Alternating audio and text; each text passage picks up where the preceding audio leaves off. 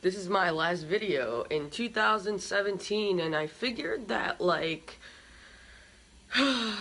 so here I'm going to give you my top 10 moments of 2017. So number 10 is my bucket list in general.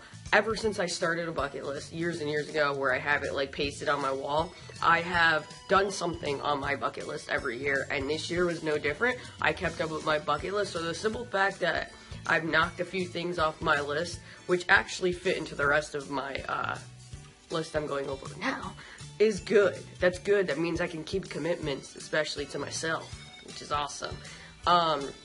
Number 9 is meeting new people. According to Facebook, I've made like 23 new friends this year, but I couldn't tell you who they were. But the ones that I can tell you, I've met a lot of new friends this year, and a lot of people that I've worked with have became my friends. I became closer to them, and even the bosses, I've gotten new bosses, and they've just been spectacular human beings, and I couldn't be more happy and like privileged to work with some of the people I can actually call my friends. So definitely one of the highlights of 2017 is meeting new people and making friends. 8. Okay. Bucket list item was going to Louisiana, New Orleans, Bourbon Street. I went to Bourbon Street, check, and I had fried chicken in the South, which was also on my bucket list, and it was this Cajun fried chicken, and it was bomb. 7, I would have to say my boss pouring beer down my throat at the holiday party, which, you know, it just made my boss a real person by force-feeding me alcohol, and I thoroughly had a great time doing that, listening to Mariah Carey's unfortunate, repetitive song that just never dies. 6, Vegas. Vegas was something on my bucket list, and I went twice. The first time I went with one of my best friends, and the second time I went with another friend of mine who I work with, and we happened to see a G-Eazy concert, G-Eazy album release party, and it was fucking epic. Awesome. I couldn't... Sugar Ray for my birthday. Seeing Sugar Ray on my birthday was probably the illest shit ever. And I don't even care. My 30th birthday, like, blew, like, the fucking top off my fucking brain.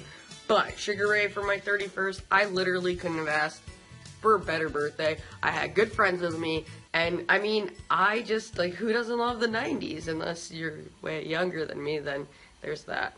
I don't know how long to actually get it and have meeting, and there's a video to this too, which you could go watch. But yes, my tattoo for myself was definitely a highlight for this year. Getting a car. I got my first new car this year. 0 miles off the lot. She's sexy as fuck. Her name is Angie. If you don't know her, you can go look at her. You can go look at all of these moments, I'm sure, on my Instagram or my Facebook page, Wedgeaholics. I don't know if we're at 2. Are we at 2? This could be a top 8 for all I know, or a top 12, I'm not sure. But 2, basically my entire career this year went kaboom awesome.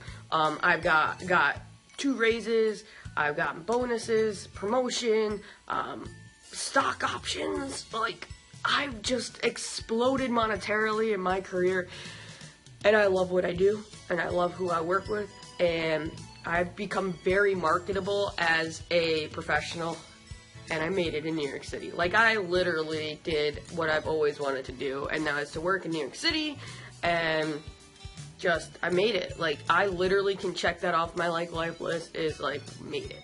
The number 1 thing that I realized and moment that I am going to say is my number 1, and these were nowhere ranked in any specific order, but the number 1 thing is realizing from seeing and being around people around me, that knowing who you are and being comfortable with yourself is so very much important that I took it for granted in this year, because I didn't really realize it until I started hanging out with people who didn't really have high self-esteem, who didn't really value themselves.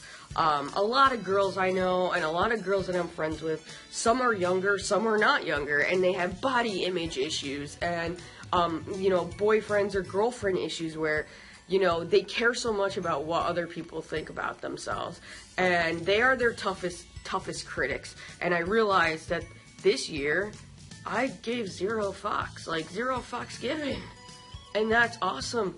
And I've been that way for a few years now, but I actually could not pinpoint exact moments like I could this year, where I could like pull out like 20 people and point and give you instances where I told them, you know, who gives a fuck? Just do this.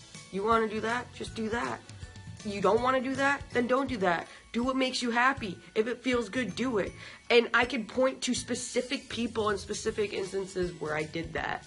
And I didn't realize it until this year, how awesome it is to, yes, it's awesome to know yourself. It's awesome to be happy with who you are. But it feels good to see. This is fucked up. It feels good to see their pain. No. It feels good to be able to see how far I've grown as an individual.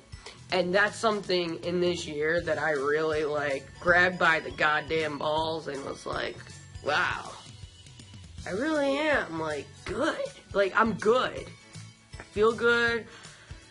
I'm happy with work. I'm happy with my friends. I kind of think I'm going to do this every year now.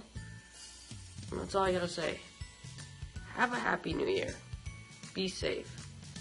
And if it feels good, do it. We're done.